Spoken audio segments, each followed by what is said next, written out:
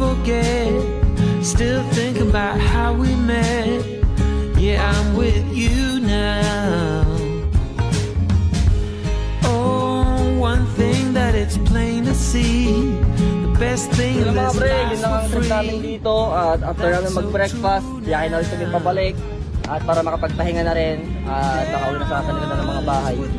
At ayun lang, dito ko na rin tapusin ang video ito mga pre. Maraming salamat sa lahat ng nanood. Sana nag-enjoy kayo. At sana napakita ko sa gandahan ng Tanay Rizal dito sa may pwesto namin o sa may napuntahan namin.